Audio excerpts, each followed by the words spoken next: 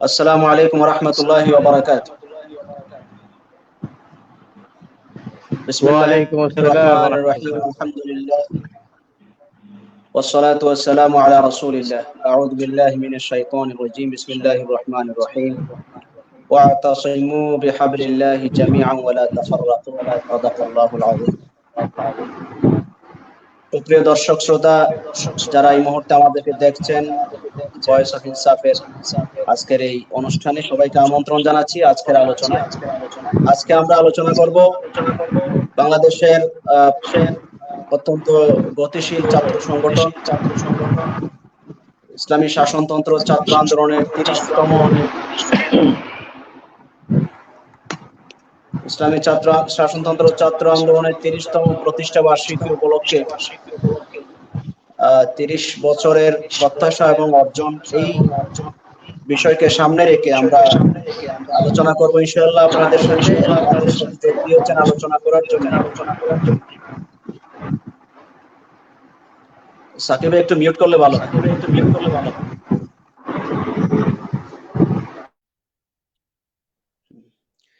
আমাদের সাথে আজকে আলোচনায় যোগ দিয়েছেন ইসলামী শাসনতন্ত্র ছাত্র আন্দোলনের সাবেক কেন্দ্রীয় নেতা, বর্তমান ইসলামী আন্দোলন বাংলাদেশের সহকারী প্রশিক্ষণ সম্পাদক জনাব মুফতি দেলাওয়ার হোসেন সাকি, এবং সেই সাথে যোগ দিয়েছেন ইসলামী শাসনতন্ত্র ছাত্র আন্দোলনের সাবেক কেন্দ্রীয় সভাপতি বিশিষ্ট রাষ্ট্রচিন্তক জনাব শেখ ফজলুল করিম মারুফ ভাই। আপনারা দুজনকেই স্বাগত জানাচ্ছি আজকের এই অনুষ্ঠানে। আমরা ইনশাআল্লাহ সরাসরি অনুষ্ঠানেই চলে যাচ্ছি। আমি প্রথমেই সাকিব ভাইয়ের কাছে যাব। ইসলামী শাসনতন্ত্র ছাত্র আন্দোলন আমরা জানি প্রতিষ্ঠা হয়েছে 1991 ইংরেজি সনের 23শে অগাস্ট। আজকের এই দিনেই ইসলামী শাসনতন্ত্র ছাত্র আন্দোলন প্রতিষ্ঠা হয় ইসলামী শাসনতন্ত্র আন্দোলনের সহযোগী সংগঠন বা ছাত্র সংগঠন হিসেবে। বিশাল এক প্রত্যাশা নিয়ে এই সংগঠনের যাত্রা শুরু হয়। ছাত্রদের ভেতর থেকে নেতৃত্ব তৈরি করা এবং সেই গতিশীল নেতৃত্বকে বাংলাদেশের অবকাঠামো গঠন এবং একটি কল্যাণ রাষ্ট্র প্রতিষ্ঠার জন্য যেন ব্যবহার করা হয়, সেই লক্ষ্যকে হয়তো সামনে রেখে এই সংগঠনটি প্রতিষ্ঠা হয়েছিল। তো সাকিব ভাইয়ের কাছে আমার প্রশ্ন থাকবে, গঠনের ক্ষেত্রে যে প্রত্যাশা এবং যে আশা আকাঙ্ক্ষা নিয়ে এই সংগঠন প্রতিষ্ঠিত হয়েছিল, সে আশাটা কি ছিল এবং সেটা কিভাবে বাস্তবায়নের চেষ্টা করা হয়েছে গত 30 বছরে, এই বিষয়ে যদি একটু আলোচনা করতেন। আসসালামু আলাইকুম ওয়া রাহমাতুল্লাহি ওয়া বারাকাতুহু। আলহামদুলিল্লাহ ওয়া বিহি নাস্তাঈন, আম্মা বা'দ। প্রথমে আমি ভয়েস অফ ইনসাফের উপস্থাপক এবং ইসলামী শাসনতন্ত্র ছাত্র আন্দোলনের সাবেক কেন্দ্রীয় সভাপতি শেখ ফজলুল করিম মারুফ এবং যারা দর্শক শ্রোতা আছেন সবাইকে আন্তরিক অভিনন্দন জানাচ্ছি। আজকের এই 30 বছরে ইসলামী শাসনতন্ত্র ছাত্র আন্দোলনের ইতিহাস, ঐতিহ্য, গৌরব উজ্জ্বল ভূমিকা নিয়ে আজকের এই গুরুত্বপূর্ণ আলোচনায় অংশগ্রহণ করার জন্য আমি সবাইকে আন্তরিকভাবে ধন্যবাদ জানাচ্ছি। আসলে ইসলামী আন্দোলন বাংলাদেশের প্রেক্ষাপট, প্রতিষ্ঠা লগ্নের ইতিহাস আমাদের সবার জানা। হাফিজ হুজুর রহমতুল্লাহি আলাইহির তাওবার রাজনীতির পর ইসলামী রাজনীতির উত্থান পতনের মধ্য দিয়ে ঐক্যবদ্ধ একটা প্ল্যাটফর্ম হিসেবে ইসলামী আন্দোলন বাংলাদেশের জন্ম হয়েছে। ইসলামী আন্দোলন বাংলাদেশ যখন জন্ম লাভ করেছে, তখন তৃণমূল পর্যায়ে যখন কার্যক্রম সম্প্রসারিত হয়েছে, তখন কিন্তু নেতৃত্ব তৈরির জন্য ছাত্রদের এই শূন্যতাটা ভালোভাবে উপলব্ধি হয়েছে।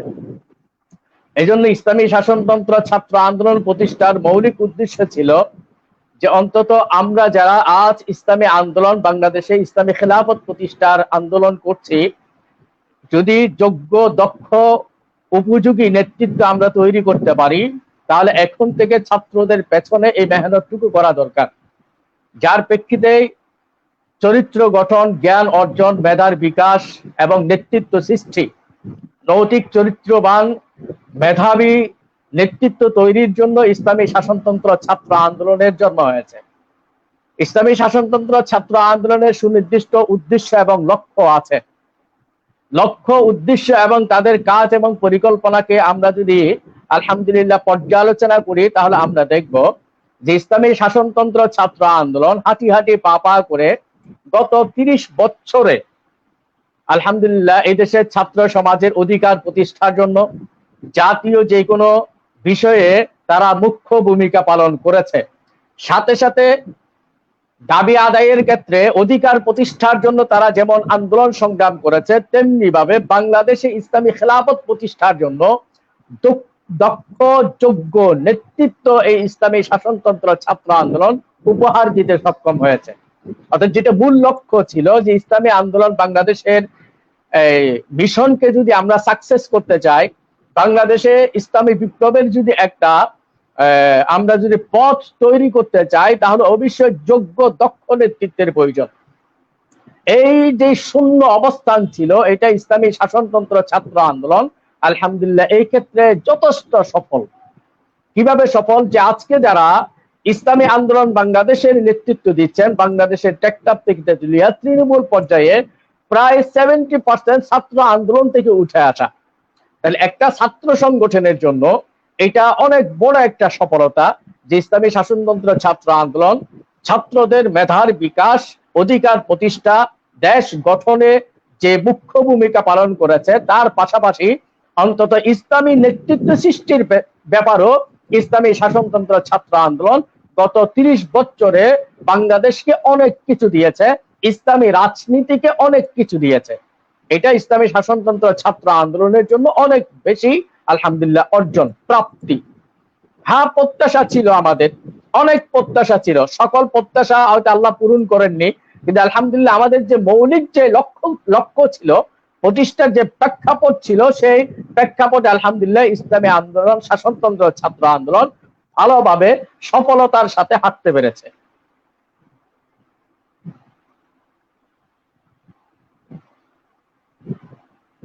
জি, ধন্যবাদ সাকিব ভাই।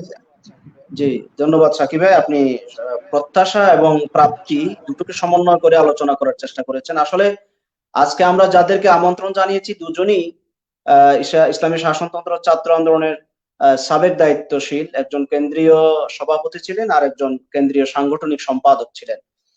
এক্ষেত্রে আমরা যদি বর্তমান রানিং কাউকে পেতাম, তাহলে আমাদের আলোচনাটা আরেকটু সুন্দর এবং প্রাসঙ্গিক হতো, কিন্তু হয়তো ব্যস্ততার কারণে আমরা বর্তমান রানিং সভাপতি কিংবা সেক্রেটারিকে পাইনি। যাই হোক, আমরা যাদেরকে পেয়েছি তাদের কাছ থেকে আমরা মোটামুটি বিষয়গুলো, কিছু বিষয় আছে, কিছু প্রশ্ন আছে, আমরা এগুলো জানার চেষ্টা করবো ইনশাল্লাহ। আমি এখন যাব আমাদের মারুফ ভাইয়ের কাছে। আসলে আপনি কেন্দ্রীয় সভাপতি ছিলেন, তো সর্বোচ্চ জায়গায় ছিলেন, ইসলামী শাসনতন্ত্র ছাত্র আন্দোলনের সর্বোচ্চ জায়গায় আপনি ছিলেন। আপনি গত 30 বছরের এই ছাত্র আন্দোলনের যে পদযাত্রা, এই যাত্রাকে কিভাবে মূল্যায়ন করেন এবং সে সাথে প্রত্যাশা অনুযায়ী প্রাপ্তি কতটুকু? আলহামদুলিল্লাহ, ইনসাফকে অভিনন্দন, ধন্যবাদ। আসলে সাকিবের সামনে কথা বলা কঠিন। সাকিব ভাই এত সুন্দর করে গুছিয়ে জোর দিয়ে বলেন, আমি সবসময় সাকিবের সাথে কথা বলতে খুব ভয় ভয়ে থাকি, তারপরে ভয় ভয়ে থাকবো, ভুল হলে ভাই ধরাই দিবেন। তো আমাদের সংগঠনের যে জন্মের ইতিহাস, আসলে ছাত্র সংগঠন একটা সামাজিক সংগঠন, এটা সমাজ বিজ্ঞানের অংশ। এমন না যে 2 2 4 হয়েছে আর 2 2 মিলছে 4 হয়ে গেল, তেমন না, বরং অনেকগুলো প্রেক্ষাপট নিয়ে একটা সংগঠনের জন্ম হয়। সাকিব ভাই যে কারণটা বললেন সেটা ছিল আমাদের ইন্টারনাল কারণ, কিন্তু সংগঠন জন্ম নেওয়া আরো কিছু বাংলাদেশের রাজনৈতিক, সামাজিক, ঐতিহাসিক, মনস্তাত্ত্বিক বাস্তবতা ছিল। আমি যদি সংক্ষেপে একটু করে বলে ফেলি, তাহলে দেখা যাবে যে আমরা জানেন যে বাংলাদেশের 71-এর আগে একটা শক্তিশালী ছাত্র সংগঠন বা শক্তিশালী একটা ছাত্র রাজনীতি গড়ে উঠেছিল। 60-এর দশকে ছাত্র সংগঠন, ছাত্র রাজনীতি এবং বুদ্ধিবৃত্তিক রাজনীতি উভয়টাই হয়েছে। তো এটা ছিল পরাধীন দেশ থেকে একটা দেশকে স্বাধীন করার রাজনীতি। তো সেটা তো হলো, হওয়ার পরে 71 পরবর্তী বাংলাদেশ হলো স্বাধীন রাষ্ট্র। স্বাধীন রাষ্ট্রে একটা দেশের রাজনীতি যেভাবে হওয়া উচিত, সেই চরিত্রটা 71-এর আগের সংগঠনগুলো, আগে ছাত্র রাজনীতি 71-এর পরে পরিবর্তন করতে পারে নাই। আমরা জানি 71-এর পরে ঢাকা বিশ্ববিদ্যালয়ে ডাকসু নির্বাচন মারামারি হয়েছে, সলিমুল্লাহ হলে গুলিতে 9 জন মারা গিয়েছে, এরকম আরো হাজার হাজার উদাহরণ আছে যে দেখা গেল যে স্বাধীন দেশের ছাত্র রাজনীতি সেটা গঠনমূলক না হয়েও এটা মূলত প্রতিবাদ মুখর রয়ে গেল। এমনকি ছাত্র লীগ পর্যন্ত তারা একটা ওই যে সরকারের সাথে সাংঘর্ষিক অবস্থানে চলে গেল এবং তার দেশ গঠনে অবদান রাখার চেয়ে তারা দেশে অস্থিতিশীলতা তৈরি করার একটা প্রবণতা দেখা দিল। তো এমন একটা সময় বাংলাদেশে একটা ছাত্র সংগঠন দরকার ছিল যারা ইসলামী ছাত্র রাজনীতির গতিপথটাকে বদলে দেবে, ছাত্র রাজনীতির সংজ্ঞাটাকে বদলে দেবে। ইসলামী শাসনতন্ত্র ছাত্র আন্দোলন সে কাজটা করেছে। আমরা বারংবারই বলি আমরা ক্যাম্পাসে কি করি, আমরা 3 ধরনের কাজ করি। আমরা বলতে ছাত্র আন্দোলন করে আর কি। একটা হলো যে ছাত্রদের চরিত্র গঠন করা, ছাত্রদেরকে বাঙালিয়ানা বোধে জাগ্রত করা, ছাত্রদেরকে দক্ষতা উন্নয়ন করা। এটা হলো একটা স্বাধীন দেশে আদর্শিক ছাত্র রাজনীতি হওয়ার কথা। এটা ছিল ছাত্র সংগঠনের দিক থেকে। রাজনৈতিক দিক থেকে দেখেন কি ভয়ঙ্কর পরিস্থিতি আমরা ছিলাম। বাংলাদেশ স্বাধীন হলো 1991 আগে 20 বছর গেছে। এই 20 বছর দেশে কোন নীতিতে পরিচালিত হবে তা নিয়ে কোনো স্থির অবস্থা আসা যায় নাই। আপনারা সবাই জানেন প্রেসিডেন্সিয়াল গভর্নমেন্ট ছিল, পার্লামেন্টারি ফর্ম গভর্নমেন্ট ছিল। অর্থনীতি কি হবে এই নিয়ে একটা হযবরল অবস্থা, ক্ষমতার পালাবদল কি করে হবে এই নিয়ে হযবরল অবস্থা। এমন একটা পরিবেশে বাংলাদেশ কি করে চলবে সেখানে একটা নীতি প্রস্তাব করা দরকার ছিল। যেই নীতিটা ইসলামী শাসনতন্ত্র আন্দোলন প্রস্তাব করেছে, কিন্তু সেটাকে মাঠে ময়দানে ছড়ায় দেওয়ার জন্য একদল কর্মী বাহিনী দরকার ছিল, সেটা হলো ইসলাম শাসন ছাত্র আন্দোলন। আরো কিছু কঠিন বাস্তবতা আছে। আপনি দেখেন যে বাংলাদেশে আমরা 90% মুসলমান, এদেশের তরুণরা সংগঠন করবে কি করবে না একটা প্রশ্ন ছিল। এখন সারা বিশ্বব্যাপী মুসলিমকে রাজনীতির থেকে সমাজ থেকে সরায় দেওয়ার একটা প্রবণতা আছে। আমরা সবাই নিশ্চয়ই জানি যে এই 90 দশকের শুরুতে লেখা স্যামুয়েল পি হান্টিংটন সভ্যতা সংঘাত, সেখানে তিনি লিখছেন যে পশ্চিমা সভ্যতাকে প্রতিরোধ করার জন্য মুসলিম সভ্যতার সবচেয়ে বড় শক্তি হলো মুসলিম তারুণ্য। এখন মুসলিম তারুণ্যকে যদি রাজনীতি থেকে সরায় দেওয়া যায়, মুসলিম তারুণ্যকে যদি ভোগবাদী বানায় দেওয়া যায়, তাহলে শক্তিটা হারায় যায়। এই প্রবণতা ছিল। আমি যে বললাম না যে ওই 20 বছরের রাজনীতিতে একটা অংশ তারা রাজনীতি করতো, তারা হানাহানি করতো, স্বাধীন দেশে রাজনীতি করতো না। আর বড় একটা অংশ উই হেট পলিটিক্স, আমরা রাজনীতিকে ঘৃণা করি, আমরা রাজনীতি করি না, এমন একটা টেন্ডেন্সি তৈরি হয়ে গেছে। এটা কিন্তু মারাত্মক, দেশের থেকে রাজনীতি হারায় যাবে। তো সেখানে একটা দলের দরকার ছিল যারা রাজনীতিকে একটা ফ্যাশনে বানায় ফেলবে, রাজনীতিকে একটা গর্বের জায়গা বানাবে। এটা তো শাসন ছাত্র আন্দোলন সেই কাজটা করেছে। বিস্তৃত একটা ছাত্রদেরকে আমরা রাজনীতিমুখী করেছি। আপনি কওমি মাদ্রাসার ইতিহাস জানেন, কওমি মাদ্রাসা তৈরি হয়েছে হলো বিপ্লবের জন্য, জাহিলিয়াতে মোকাবেলা করার জন্য।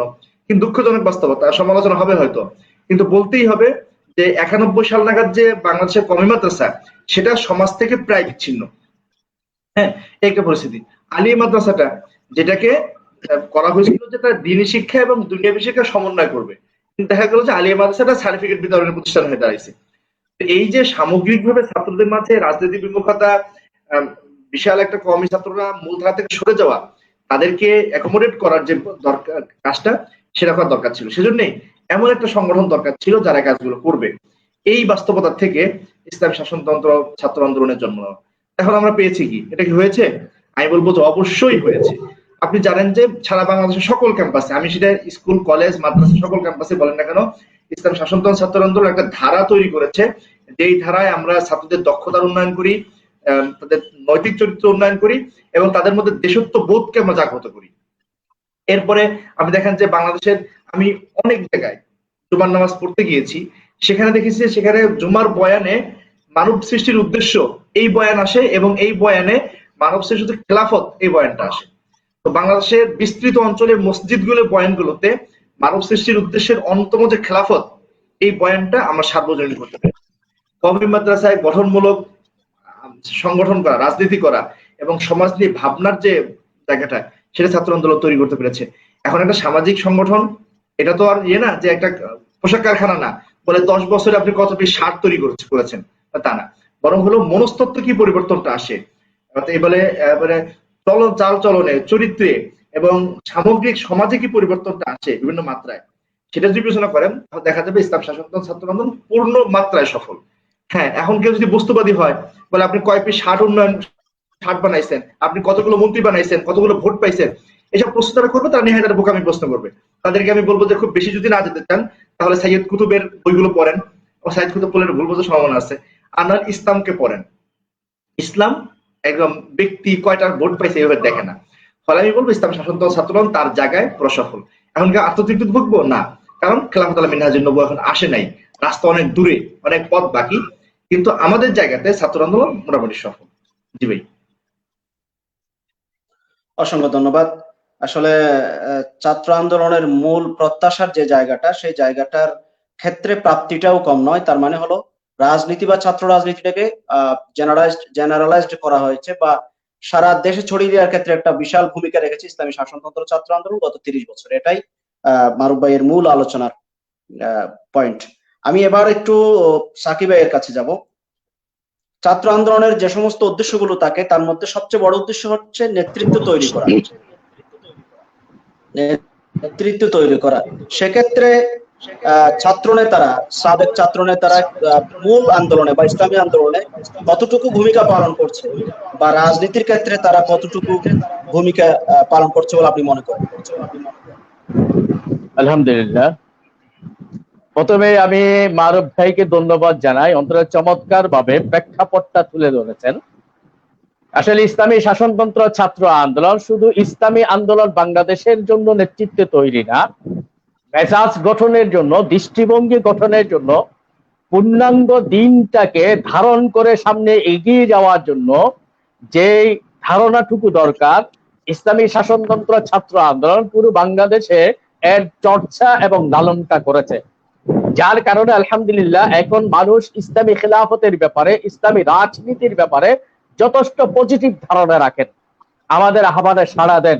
ইসলামী আন্দোলন বাংলাদেশের কার্যক্রম সম্প্রসারিত হচ্ছে প্রতিটা সেকেন্ডে। আলহামদুলিল্লাহ ইসলামী আন্দোলন এবং ছাত্র আন্দোলনের কাজ যে বেগবান হচ্ছে, সেটা হলো আমাদের এই যে ইসলামী খেলাফতের যে চর্চা এবং লালনটা চলছে, অনুশীলনটা চলছে, এই অনুশীলনের বিশাল একটা ফল। এরপরে আপনি যে প্রশ্নটা করেছেন যে ইসলামী শাসনতন্ত্র ছাত্র আন্দোলন কতটুকু নেতৃত্ব তৈরির ক্ষেত্রে সফল, আমি এখানে নেতৃত্ব শুধু ইসলামী আন্দোলন বাংলাদেশের নেতৃত্ব বলবো না, আমি বলবো যে সমাজের নেতৃত্বের ক্ষেত্রে ইসলামী শাসনতন্ত্র ছাত্র আন্দোলন অনেক সফল।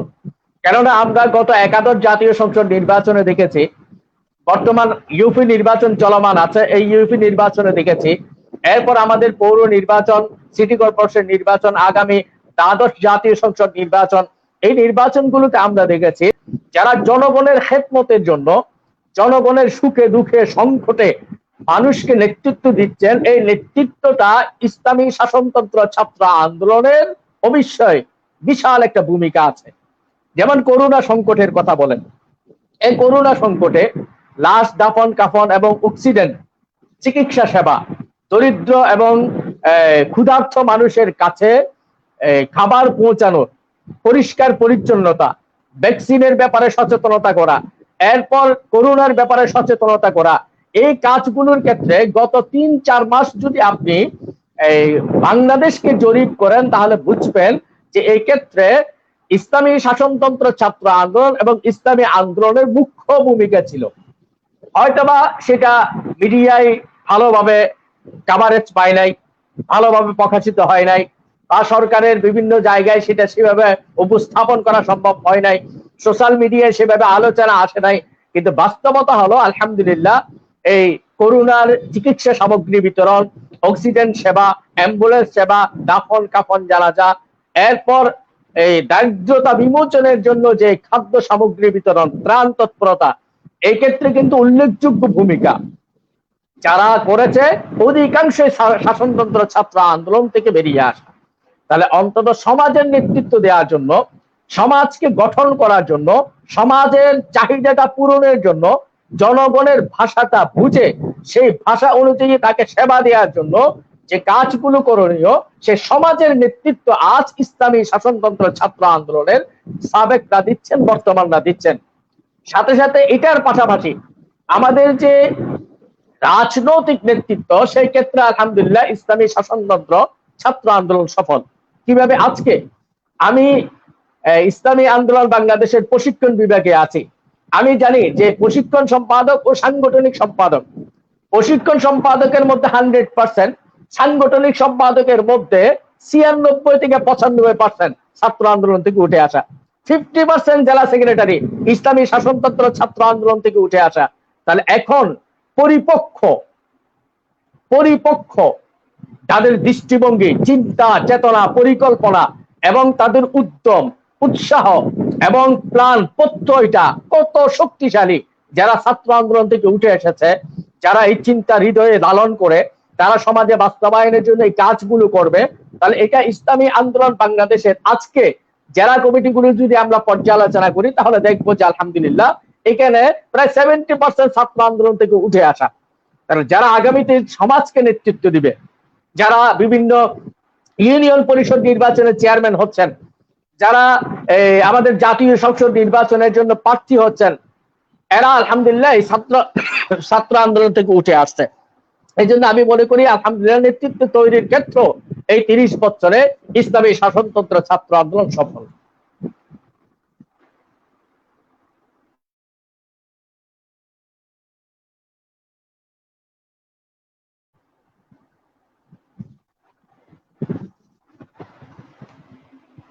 ইলিয়াস ভাই ইয়ে করা, মাইক মিউট করা, ইলিয়াস আমিনী ভাই মিউট করা।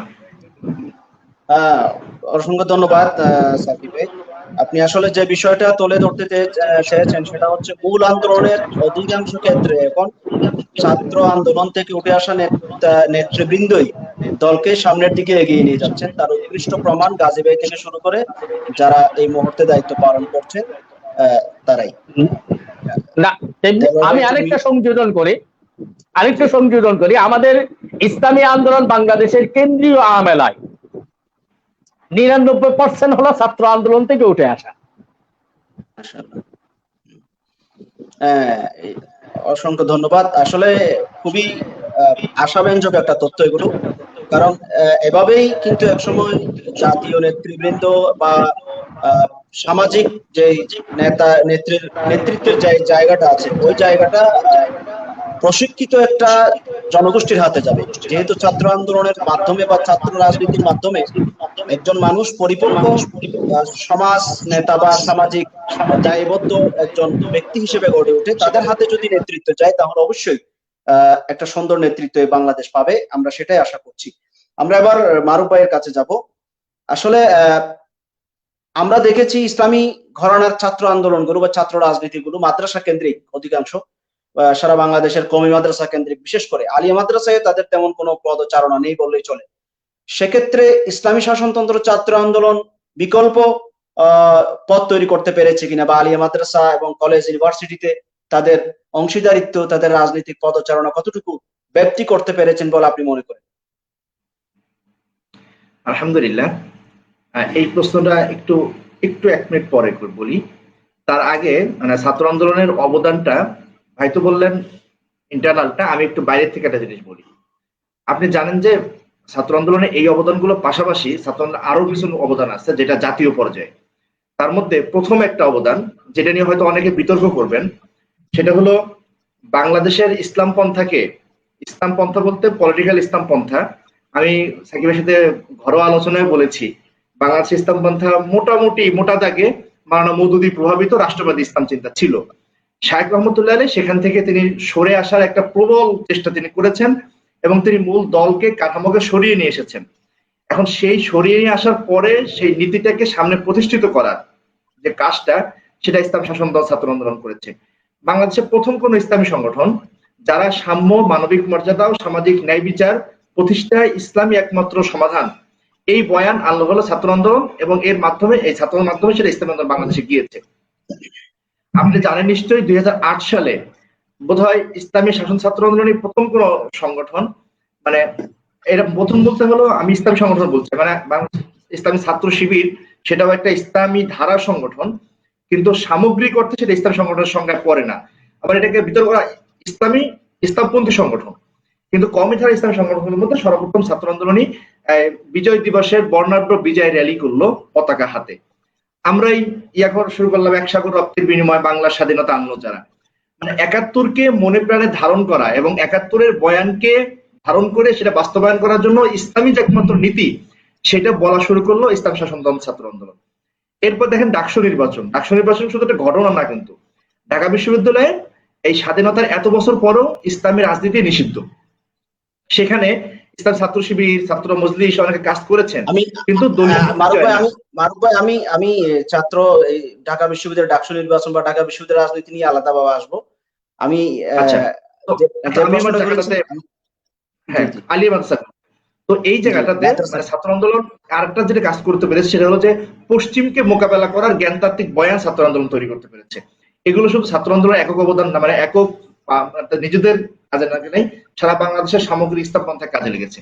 এখন হলো যে আমরা আসলে তিন ধারায় পৌঁছতে পেরেছি কিনা, এটা সত্য কথা যে ছাত্র আন্দোলন আসলে তিন ধারায় পৌঁছতে পেরেছে।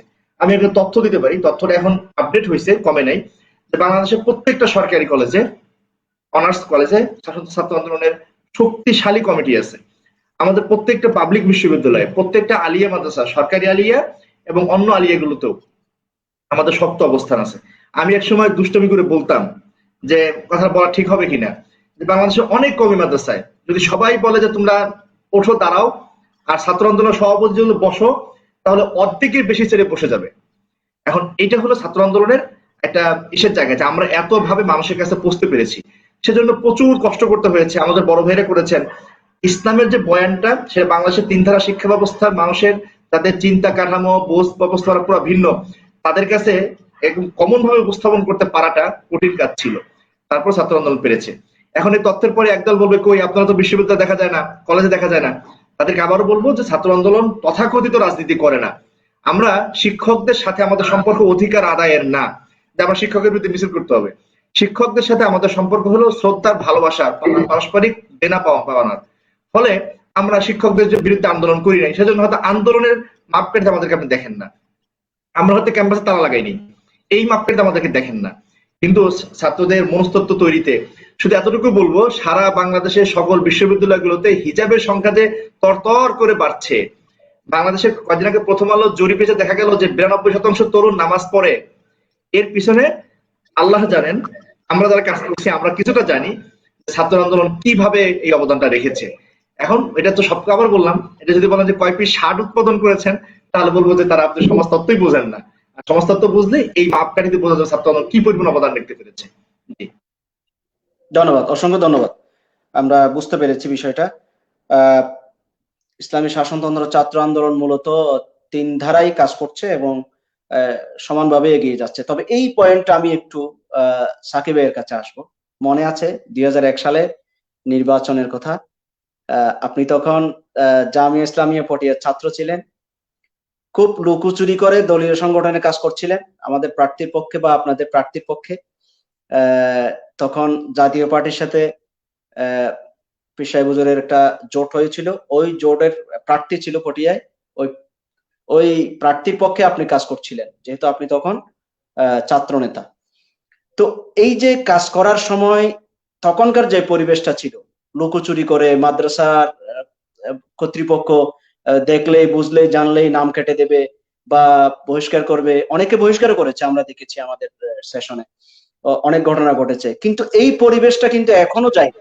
কেন মাদ্রাসার ভেতরে ইসলামী ছাত্র আন্দোলন ও মাদ্রাসার ভেতরে কেন এখনো পর্যন্ত একটা নিষিদ্ধ সংগঠনের মতো আছে? বিষয়টা দুর্বলতা কোন জায়গায়? কি সাংগঠনিক দুর্বলতা, নাকি আসলে কমি মাদ্রাসাওয়ালাদের কোন ধরনের এখানে এগ্রেসিভ ভূমিকা আছে?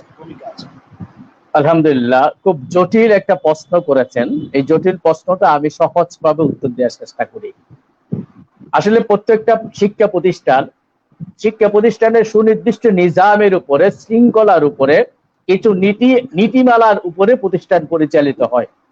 সেক্ষেত্রে ছাত্রদের লেখাপড়ার উন্নয়ন, তাদের চরিত্র গঠন ইত্যাদির জন্য যে কোনো প্রতিষ্ঠানে সুনির্দিষ্ট একটা নীতিমালা এবং নিজাম মেনটেন করেন। সেই ক্ষেত্রে ওনারা মনে করেন যদি একটা ছাত্র সংগঠন বা রাজনৈতিক কোনো সংগঠন যদি সেখানে কাজ করে বা তারা তৎপরতা চালায়, তাহলে তাদের নির্ধারিত যে শৃঙ্খলা আছে, নির্ধারিত যে নিয়ম নীতি আছে, সেটা ব্যত্যয় ঘটবে, ছাত্ররা যে কোনো সময় বের হয়ে যাবে, এরকম একটা ধারণা। ছাত্র রাজনীতি সম্পর্কে আমাদের নেগেটিভ একটা ধারণা আমাদের মুরব্বীদের আছে। ইতিপূর্বে আমাদের মুরব্বীদের ছিল সিয়াসত মে হালাকিয়াত হ্যায়, এরকম একটা কঠিন একটা মাসালা আমাদের সমাজে আছে। এরকম একটা ধারণার কারণে আমাদের মুরব্বীরা যেটা করেছেন, আমাদের যে সমস্ত কওমি মাদারেসের যে সিদ্ধান্তগুলো আছে এটা যৌক্তিক। হ্যাঁ, প্রতিষ্ঠানের শৃঙ্খলার জন্য, নিজাম অক্ষুণ্ণ রাখার জন্য, ছাত্রদের লেখাপড়া ঠিক রাখার জন্য এটা প্রয়োজন। কিন্তু হয়তোবা আমরা যারা ছাত্র আন্দোলনের সাথে সম্পৃক্ত আছি, আমরা মাদ্রাসাগুলোতে ছাত্র রাজনীতি করি, আমরা যদি আমাদের আদর্শ, আমাদের আখলাক, আমাদের মেধা এবং যোগ্যতার স্বাক্ষর যদি আমরা, আমি একটুখানি আপনাকে এখানে একটু ইন্টারফেয়ার করতে চাই। সেটা হলো, ঠিক আছে, মাদ্রাসার নিয়ম কানুন সব ঠিক আছে, কিন্তু যে জিনিসটা দেখা যায় সেটা হচ্ছে অন্যান্য ছাত্র সংগঠনের ব্যাপারে মাদ্রাসা কর্তৃপক্ষ অতটা কঠোর না। আমাদের সময়ও আমরা দেখেছি, আমরা যখন ছাত্র ছিলাম, আপনাদের এখনো বর্তমানে দেখা যাচ্ছে অনেক ক্ষেত্রে তাদের ব্যাপারে একটু নমনীয় ভাব থাকলেও ঈশা ছাত্র আন্দোলনের পর অনেক মাদ্রাসায় খুব কঠোরভাবে নিয়ন্ত্রণ করার চেষ্টা করা। সময় বদলে গেছে, আলহামদুলিল্লাহ সময় বদলে গেছে, সময় পাল্টে গেছে। এটা হলো একেবারে 2000 সালের আগে বা 2000 সালের একটু পরের কাহিনী। তৎকালীন সময়ে আমাদের মুরব্বীদের দ্বিধা বিভক্তির কারণে আমাদের জাতীয় রাজনীতির প্রভাবটা প্রতিষ্ঠানগুলোতে গিয়ে পড়ছে, যার কারণে প্রতিষ্ঠান এরকম একটা ভূমিকায় ছিল।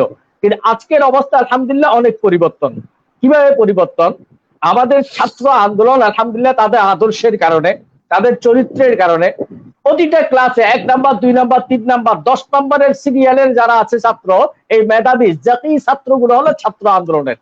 তখন ওই মুহতামিম, ওই নাজমাতে আলিমা, ওই দারুল ইকামা মনে করে যে ছাত্র রাজনীতি, ছাত্র আন্দোলন করলে তো দেখি লেখাপড়া খারাপ হয় না, এরকম একটা ধারণা জন্মানোর কারণে আলহামদুলিল্লাহ আজকে বিভিন্ন কওমি মাদ্রাসায় ছাত্র আন্দোলন খুব ভালোভাবে ওপেন কাজ করতেছে। এটা হলো মূলত আমাদের অবস্থানটা আমরা যদি তাদের কাছে গ্রহণযোগ্য করে তুলতে পারি, আমরা যে মুআদ্দব, ভদ্র, মার্জিত, সভ্য, আমরা মেধাবী, আমরা উশৃঙ্খল নই, আমরা মাদ্রাসার নিয়ম শৃঙ্খলার প্রতি 100% আনুগত্যশীল, এই কথা আলহামদুলিল্লাহ যে প্রতিষ্ঠানে আমরা বুঝাতে সক্ষম হয়েছি, সেই প্রতিষ্ঠানে আলহামদুলিল্লাহ কাজের একটা পরিবেশ ছাত্র আন্দোলনের জন্য আছে, উন্মুক্ত খোলা, অনেক সহযোগিতা আলহামদুলিল্লাহ আমরা পাচ্ছি বিভিন্ন প্রতিষ্ঠানে। হ্যাঁ, কিছু কিছু প্রতিষ্ঠানে যেখানে আমরা বুঝাতে ব্যর্থ হয়েছি, আমাদেরকে তুলে ধরতে ব্যর্থ হয়েছি, অথবা বিভিন্ন হাওয়ারিনদের বিভিন্ন গীবত এবং শিকায়েতের কারণে আমাদের ব্যাপারে একটা নেগেটিভ ধারণা রয়ে গেছে, ওই ধারণাটা আমরা ভাঙতে পারি নাই, সেখানে হয়তো কাজের ক্ষেত্রে কিছুটা সমস্যা হচ্ছে। কিন্তু আলহামদুলিল্লাহ আমি মনে করি বর্তমান প্রেক্ষাপটে প্রতিটা কওমি মাদ্রাসায় ছাত্র আন্দোলনের কার্যক্রম আছে, যেমন কলেজ ইউনিভার্সিটিতে আছে, আলিয়ায় আছে, কওমি মাদ্রাসায় আলহামদুলিল্লাহ ইসলামী শাসনতন্ত্র ছাত্র আন্দোলন খুব ভালোভাবে কাজ করতে সুযোগ পাচ্ছে। সেটা হলো ছাত্র আন্দোলনের আলহামদুলিল্লাহ এখনকার কার্যক্রম গোছানো পরিকল্পিত কার্যক্রমের কারণে, তাদের মেধার বিকাশের কারণে, তাদের সামাজিক নেতৃত্বের কারণে, মাদ্রাসার ছাত্রদের সুসংগঠিতকরণের কারণে, মাদ্রাসার যে কোনো কাজে মাদ্রাসার কল্যাণ স্বার্থে, মাদ্রাসার স্বার্থে আমাদের ছাত্ররা আলহামদুলিল্লাহ অগ্রণী ভূমিকা পালন করে, যার কারণে আলহামদুলিল্লাহ এটা তেমন সমস্যা হয় বলে আমি মনে করি না। 2000 সালের প্রেক্ষাপট ভিন্ন ছিল, এখন প্রেক্ষাপট অনেকটাই ভিন্ন, অনেকটাই ভিন্ন। বিশেষ করে জাতীয় রাজনীতিতে যখন আলহামদুলিল্লাহ গত একাদশ জাতীয় সংসদ নির্বাচনে আমি একেবারে আমার মাদরে ইলমি আল জামিয়া আল ইসলামিয়া পটিয়ার পাশে আমার নির্বাচনী ক্যাম্প ছিল, সেখানে আমি রাত দিন 24 ঘন্টা থাকতাম, মাদ্রাসার মাঠে আমার গাড়ি ছিল, আলহামদুলিল্লাহ সেভাবে আমি কার্যক্রম চালিয়েছি। ঈশ্বর চরমরাই আমাদের সম্মানিত মোহতরম আমির পটিয়া মাদ্রাসায় গিয়ে অবস্থান করেছেন, নির্বাচনের ব্যাপারে সকলকে সহযোগিতার জন্য আহ্বান করেছেন, আমি যথেষ্ট সাপোর্ট পেয়েছি, জিরি মাদ্রাসায় যথেষ্ট সাপোর্ট পেয়েছে। এটা একটা অসাধারণ পরিবর্তন, আমাদের সময়কার চিন্তা করলে এখন অসাধারণ পরিবর্তন। সেটা আশা করি ইনশাআল্লাহ সামনেও যে কোনো ইসলামী, আমি বলি যে কোনো ইসলামী সংগঠনের ব্যাপারে উদার হওয়া দরকার, আমাদের কর্তৃপক্ষকে উদার হওয়া দরকার। ইসলামী সংগঠন ছাত্রদেরকে রাজনীতি বিমুখ করাটা আমার মনে হয় খুব একটা ভালো ফল বয়ে আনবে না একটা জাতির জন্য, জাতি গঠনের জন্য। আমরা এবার আসবো মারুফ ভাইয়ের কাছে। আপনার সেশনে আপনি যখন কেন্দ্রীয় সভাপতি ছিলেন, ঢাকা বিশ্ববিদ্যালয়ের ছাত্র ছিলেন, ঠিক সেই সময়ে কিন্তু আমরা দেখেছি ঢাকা বিশ্ববিদ্যালয়ে ঈশা ছাত্র আন্দোলনের কার্যক্রম খুব প্রাতিষ্ঠানিক রূপ ধারণ করেছে। আপনার পরিশ্রম, আপনার মেধা, আপনার সবকিছু দিয়ে আপনি এটাকে কাভার দিয়েছিলেন।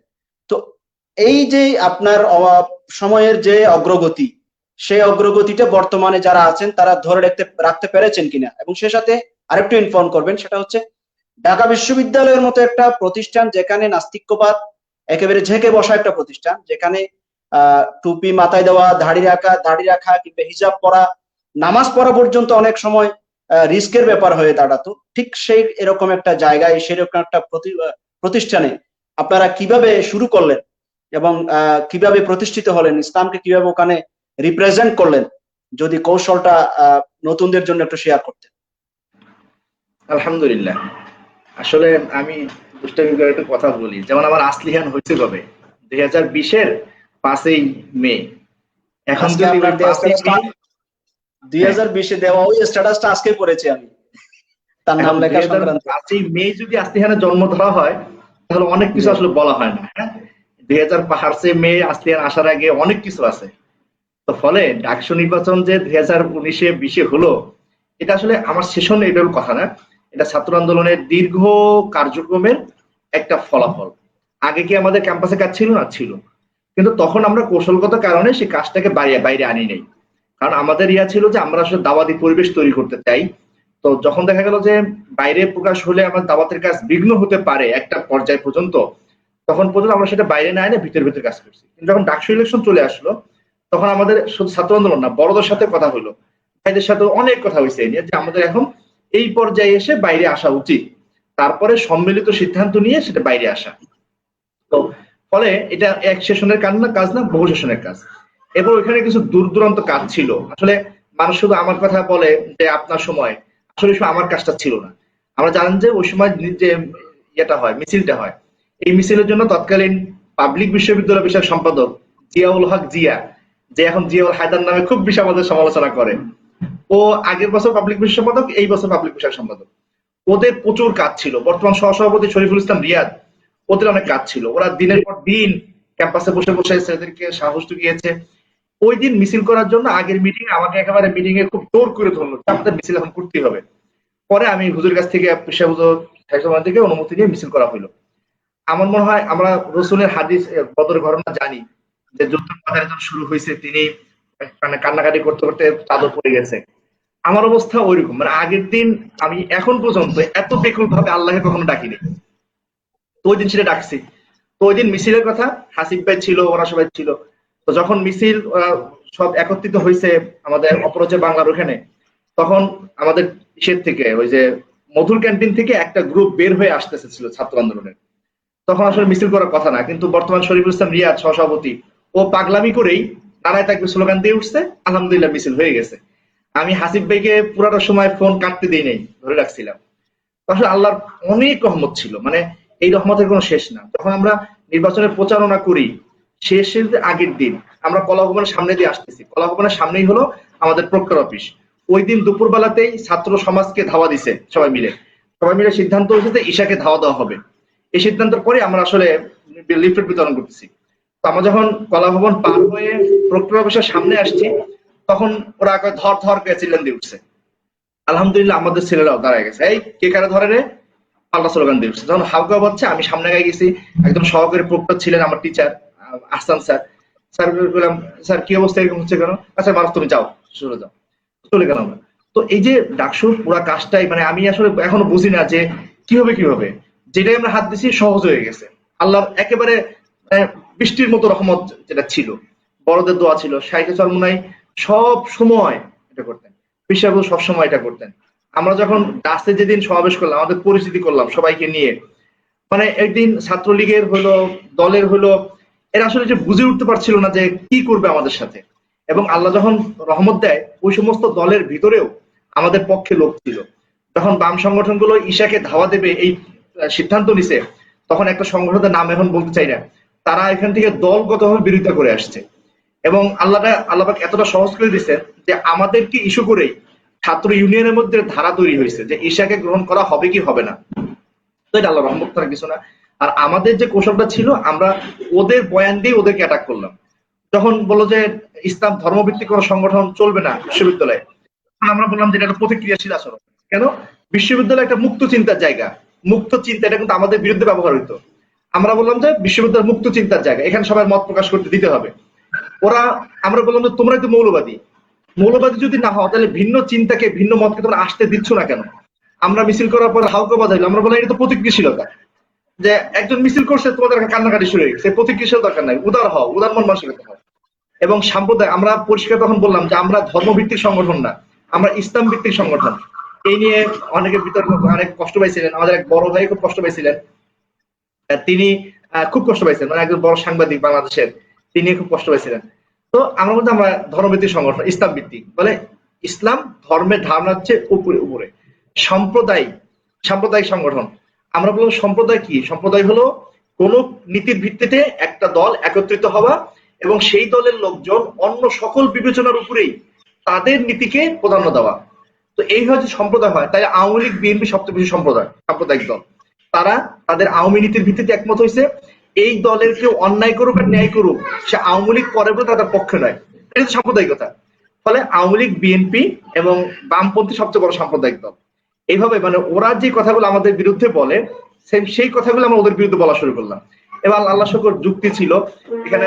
আমাদের তৎকালীন আগের সেশনের সহসভাপতি সাইফুল ইসলাম, ওরও এখানে বেশ কাজ ছিল, জিয়ার কাজ ছিল, রিয়াদের কাজ ছিল, আকরাম, হাসিব, আমিলা, সবাই আসলে খুব বেশি কাজ করছেন।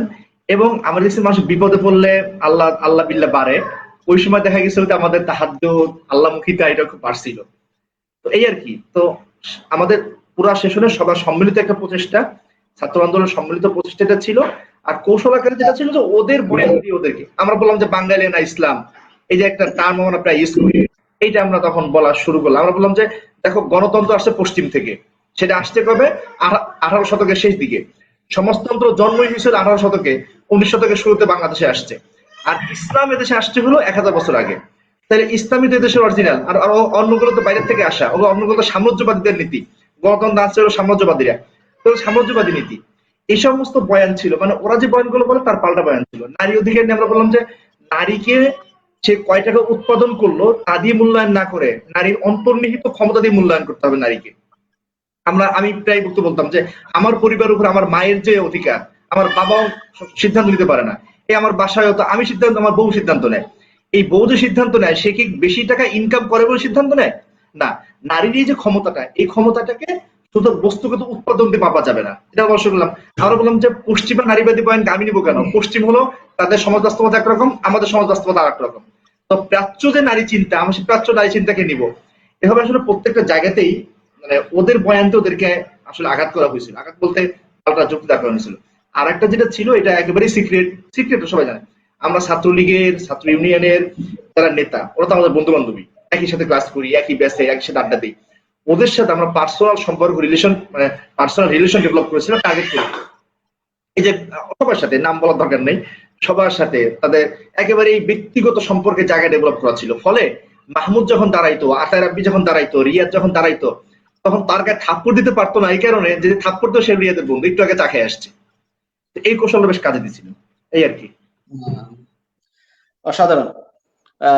আল্লাহ রহমত এবং সে সাথে আপনাদের কৌশল দুটোই মিলে। এখন আমি যে বিষয়টা জানতে চাচ্ছি সেটা হচ্ছে বর্তমান পরিস্থিতিতে এখন তো ক্যাম্পাস বন্ধ বা রাজনীতি নেই, তবু এর ভেতরে বা যতটুকু ইয়া করা যায় আগের মতো সেই পরিস্থিতি আছে কিনা, আপনারা খোঁজ খবর রাখেন কিনা? হ্যাঁ, এটা আছে, খোঁজ খবর রাখেন কিনা? আমাদের কৌশল কিন্তু ছিল এটা না যে আমরা সর্বক্ষণ ক্যাম্পাসে মিছিল মিটিং হাউকাউ দিয়ে বেড়াবো। আমাদের এজেন্ডা ছিল এটা যে ঢাকা বিশ্ববিদ্যালয়ের ক্যাম্পাসে ইসলামী রাজনীতি করা যায়, এটাকে প্রতিষ্ঠা করা। এটা করে আমরা আবার দাওয়াতি কার্যক্রমের দিকে যাবো। এমনি তো জানেন যে ছাত্র আন্দোলন দাওয়াতমুখী সংগঠন, এবং আমাদের যে কার্যক্রম পুরোটাকে দাওয়া ছাড়া ব্যাখ্যা করা যায় না, এটা পুরো দাওয়া। তো আমরা এখন কৌশল নিয়ে একটা সিদ্ধান্ত নিয়েই আবার সেই দাওয়াতি কার্যক্রমে চলে যাওয়া। ইনশাল্লাহ মিছিল মিটিং তো হচ্ছে। আমি একেবারে ভরসা করে বলতে পারি, এবার তো আমরা শুধু ক্যাম্পাসের 100তে কেন্দ্রীয় প্যানেল দিয়েছিলাম। আগামী যদি নির্বাচন হয়, প্রতিটা হলে আমরা একাধিক প্যানেল তার হতে পারবো। এটা হলো দাওয়াতের কৌশলের কারণে। এবং এখন ওরা আগে, তখন আমাদের শক্তি ছিল যা, এখন শক্তি অনেক বাড়ছে দাওয়াতের মধ্যে। অসাধারণ। হ্যাঁ, ঠিক এভাবেই ছাত্রদের ভেতরে কাজ করতে গেলে বাধা আসবে, কিন্তু বাধাই ডিঙ্গি যদি আপনি টিকে থাকতে পারেন তাহলে অবশ্যই এটার একটা ভালো বেনিফিট পাওয়া যায়, এটা কিন্তু প্রমাণিত। সাকিব ভাইয়ের কাছে এই মুহূর্তে যে বিষয়টা জানতে চাইবে সেটা হচ্ছে ছাত্র আন্দোলন তখন এবং এখন গুণগত কোনো পরিবর্তন হয়েছে কিনা, কিংবা বর্তমানে কোনো সংস্কারের প্রয়োজন আছে, কোন জায়গায় ডেভেলপ করার প্রয়োজন আছে? আলহামদুলিল্লাহ, ইসলামী শাসনতন্ত্র ছাত্র আন্দোলনের এখন 30 বছর পদার্পণ। ইসলামী শাসনতন্ত্র ছাত্র আন্দোলন 30 বছরের সার্বিক অবস্থা বিবেচনা করলে আমরা বুঝতে পারি যে শুরু থেকে শেষ আলহামদুলিল্লাহ তাদের লক্ষ্য অর্জনের ক্ষেত্রে, তাদের পরিকল্পনা বাস্তবায়নের ক্ষেত্রে, কর্মসূচি প্রণয়নের ক্ষেত্রে, মাঠ পর্যায়ে জনশক্তি কার্যক্রম সম্প্রসারণ, সাংগঠনিক মজবুতি অর্জন ইত্যাদির ক্ষেত্রে ধারাবাহিকতায় চলছে। হয়তোবা কিছু সেশনে কাজের গতিটা বাড়ছে, কিছু সেশনে একটু কম হয়েছে, এরকম তারতম্য আছে। কিন্তু আলহামদুলিল্লাহ বর্তমান ছাত্র আন্দোলন এসে যেহেতু আলহামদুলিল্লাহ ইসলামী আন্দোলনের কার্যক্রম যথেষ্ট সম্প্রসারিত, ইসলামী আন্দোলনের অন্যান্য সহযোগী সংগঠনও বাংলাদেশের তৃণমূল পর্যায়ে বিস্তৃত অবস্থায় আছে, সেহেতু ছাত্র আন্দোলন এখন অনেক সুবিধা পাচ্ছে, যেটা আমরা তৎকালীন সময়ে পাই নাই। যেমন আমরা যখন ছাত্র আন্দোলনের ছাত্র সংগঠনের সাথে জেলা পর্যায়ে দায়িত্বশীলের ভূমিকায় ছিলাম, তখন কিন্তু আমরা আমাদের উপরে কোনো ছায়া পাই নাই, আমাদের উপরে কোনো অভিভাবক পাই নাই যারা আমাদেরকে সাপোর্ট দিবে, যারা আমাদেরকে সহযোগিতা করবে, যারা আমাদেরকে অর্থ দিবে, যারা আমাদেরকে যে কোনো একটা সংকটে পাশে এসে দাঁড়াবে। এই সমস্যাগুলো আমাদের প্রকট ছিল। তখন ইসলামী আন্দোলনে সেভাবে কার্যক্রম গোছালো ছিল না, সংগঠন তৃণমূল পর্যায়ে বিস্তৃত ছিল না, যার কারণে আমাদের অনেক সমস্যা তৈরি হয়েছে। কিন্তু আলহামদুলিল্লাহ আজকে ছাত্র আন্দোলন এসে ফুলে ফলে সজ্জিত। কিভাবে? আলহামদুলিল্লাহ বাংলাদেশের তৃণমূল পর্যায়ে প্রতিটা ইউনিয়নে ছাত্র আন্দোলন আছে, ইসলামী আন্দোলন আছে, ওয়ার্ড পর্যায়ে ছাত্র আন্দোলন আছে, ইসলামী আন্দোলন সাপোর্ট দিচ্ছে। প্রতিটা প্রতিষ্ঠানে ইসলামী শাসনতন্ত্র ছাত্র আন্দোলনের কার্যক্রম আছে, তাদেরকে ইসলামী আন্দোলন, যুব আন্দোলন, শ্রমিক আন্দোলন, শুভাকাঙ্ক্ষী যারা আছে প্রত্যেক সহযোগী সংগঠনগুলো মোটামুটি চালকাত দিচ্ছে, আর্থিক সহযোগিতা করছে। এই জন্য আজকের ছাত্র আন্দোলন যেহেতু ওই আনুষঙ্গিক সুযোগ সুবিধা এবং কাজের একটা পরিবেশ আলহামদুলিল্লাহ পেয়েছে, এরপর অভিভাবক সার্বক্ষণিক পাচ্ছে, সেহেতু ছাত্র আন্দোলনের গতিটা অনেক দূর এগিয়ে গেছে, অনেক বেশি শক্তিশালী। আজকের ছাত্র আন্দোলন যেহেতু মূল আন্দোলন আলহামদুলিল্লাহ সুসংগঠিত, আমাদের জনশক্তি কার্যক্রম সংগঠনের মজবুতি যথেষ্ট আলহামদুলিল্লাহ আছে বাংলাদেশে, সেহেতু চতুর্দিক দিয়ে আলহামদুলিল্লাহ একটা এই অবস্থানটা অনেক ভালো। সাথে সাথে ইসলামী আন্দোলন বাংলাদেশ, ইসলামী আন্দোলন বাংলাদেশ, শ্রমিক আন্দোলন হোক, যা অন্যান্য সহযোগী সংগঠনগুলো হোক, সেগুলোর কারণে ছাত্র আন্দোলন সুবিধা পাচ্ছে। যেমন ইসলামী আন্দোলনের কোনো দায়িত্বশীল আমাদের মোহতরম আমিরের নির্দেশ অনুযায়ী তার ছেলে সন্তান যারা আছে, যারা ছাত্র সংগঠনের উপযোগী, তাদেরকে ছাত্র সংগঠনের অন্তর্ভুক্তির নির্দেশনা আমাদের আছে। শ্রমিক আন্দোলন দায়িত্বশীল হলো তার ছাত্র, তার ছেলে যারা ছাত্র আন্দোলন করে না, তাদেরকে ছাত্র আন্দোলন করার ব্যাপারে এরকম বারবার তাগাদা আছে। সেহেতু আলহামদুলিল্লাহ সাংগঠনিক ভাবে, আর্থিক ভাবে, সামাজিক ভাবে যে কোনো সংকটে আলহামদুলিল্লাহ ছাত্র আন্দোলন এখন যথেষ্ট ভালো অবস্থানে আছে আগের চেয়ে। আলহামদুলিল্লাহ সুন্দর আলোচনা করেছেন এই বিষয়ে। তাহলে আপাতত সংস্কার যেটা বলেছিলাম, কোন জায়গায় বিশেষ কোনো সংস্কারের প্রয়োজন নেই। আসলে সংস্কার বিষয়টা অভ্যন্তরীণ বিষয়, যে আমাদের আলহামদুলিল্লাহ ছাত্র আন্দোলন প্রতিটা সেশনে পরিকল্পনা গ্রহণ করে, সেই পরিকল্পনা ইসলামী আন্দোলনকে দিয়ে সেটা প্রয়োজনীয় সংস্কার করে নেয়। তাহলে এই সংস্কারের বিষয়টা হলো আমাদের অভ্যন্তরীণ বিষয়, সংগঠনকে তার লক্ষ্য পানে এগিয়ে নিয়ে যাওয়ার জন্য কি পরিকল্পনা নেওয়া যায়, কোন সেশনে কতটুকু নেওয়া যায়, কতটুকু আমাদের সাধ্যের মধ্যে আছে, সেই পরিকল্পনাগুলো আলহামদুলিল্লাহ আমাদের সাংগঠনিক একান্তই অভ্যন্তরীণ বিষয়। যদি আপনি বলেন সংস্কারটা বাহিরের বাহ্যিক বিষয়ের সংস্কার, সেটা আপনি যদি ইঙ্গিত দিতে পারেন, হয়তো বা আমাদের কাছে এই বিষয়টা চিহ্নিত হবে যে এই বিষয়গুলো হয়তো সংস্কার দরকার আছে। তাহলে আমি একটু চিহ্নিত করি। যেমন ইসলামী শাসনতন্ত্র ছাত্র আন্দোলন করতে গেলে একজন ছাত্রকে আপাদমস্তক সুন্নাহর উপরে আমল করতে হবে, মাথায় টুপি থাকতে হবে, দাড়ি থাকতে হবে, কিংবা তাকে শুরু থেকেই একটা পরিবর্তন তার ভিতরে থাকতে হবে। এটা না হলে তাকে কোনো ধরনের দায়িত্ব দেওয়া বা কোনো ধরনের এখানে কোনো কম্প্রোমাইজ করার চিন্তা ভাবনা আছে কিনা দলীয়ভাবে? অনেকেই এটা দাবি করছেন। আসলে ইসলামী আন্দোলন বাংলাদেশ ও ইসলামী শাসনতন্ত্র ছাত্র আন্দোলনের সদস্য হওয়ার জন্য মানুষ হওয়া শর্ত। মানুষ যে কোনো ধর্ম অবলম্বী ইসলামী আন্দোলন বাংলাদেশে আমন্ত্রিত। যে কোনো ধর্ম অবলম্বী ইসলামী শাসনতন্ত্র ছাত্র আন্দোলনে আমন্ত্রিত। ইসলাম যেমন সার্বজনীন, ইসলামী আন্দোলন ও শাসনতন্ত্র ছাত্র আন্দোলন সার্বজনীন। তাহলে একজন হিন্দু যদি শাসনতন্ত্র ছাত্র আন্দোলনের সাথে সম্পৃক্ত হয়, তাহলে তাকে উত্তম কান্তি দাস থেকে আব্দুর রহমান হতে হবে, এটি শর্ত নয়। তাকে তার ধর্ম পরিবর্তন করতে হবে, শর্ত নয়।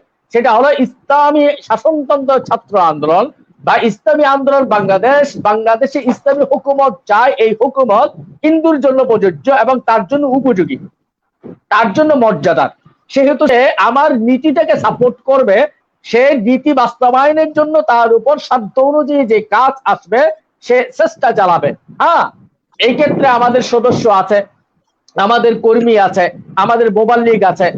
এই ক্ষেত্রে দায়িত্ব দেওয়ার ক্ষেত্রে আমাদের কিছু হয়তো কন্ডিশন থাকে, কিছু শর্ত থাকে। সেই শর্তটা কি? একজন ব্যক্তি নেতৃত্ব দিবে, নেতৃত্ব দেওয়ার জন্য নেতৃত্বের যে গুণাবলীগুলো দরকার, সেই গুণাবলীগুলো যদি না থাকে, তাহলে সে জনগণের কাছে গ্রহণযোগ্য নেতা হিসেবে সে উপস্থাপিত হতে পারে না। সেক্ষেত্রে তার সুন্নতের আমলগুলো আমরা দেখি, তার নওয়াফেল গুলো দেখি, সে তাহাজ্জুদ পড়ে কিনা দেখি, তার দাড়িতে ঠিকভাবে আছে কিনা দেখি। যদি একটুখানি ইন্টারফেয়ার করি, সেটা হচ্ছে এখন মনে করা হচ্ছে যে ইসলামী আন্দোলন যদি আপনি করতে চান, ইসলামী শাসনতন্ত্র আন্দোলন যদি আপনি করতে চান, তাহলে আপনাকে এরকম হতে হবে, একটা ট্রেন্ড দাঁড়িয়ে গেছে। না, এখান থেকে বেরিয়ে আসার একটা কৌশল আমাদের জেলা পর্যায়ে, আমাদের ইসলামী আন্দোলন বাংলাদেশের জেলা পর্যায়েও হিন্দু দায়িত্বশীল আছে। আপনারা দেখেছেন বরিশালের নির্বাচনে একজন হিন্দু ভদ্রলোকের বক্তব্য আপনারা শুনেছেন। মানে একজন সদস্য হওয়ার জন্য বা ইসলামী আন্দোলন করার জন্য, ছাত্র আন্দোলন করার জন্য একেবারে ভিন্ন ধর্ম অবলম্বী হলেও আমরা তাকে স্বাগত জানাই। ভিন্ন ধর্ম অবলম্বী ইসলামের ছায়াতলে আসবে, ইসলামী হুকুমত প্রতিষ্ঠার জন্য সে চেষ্টা করবে।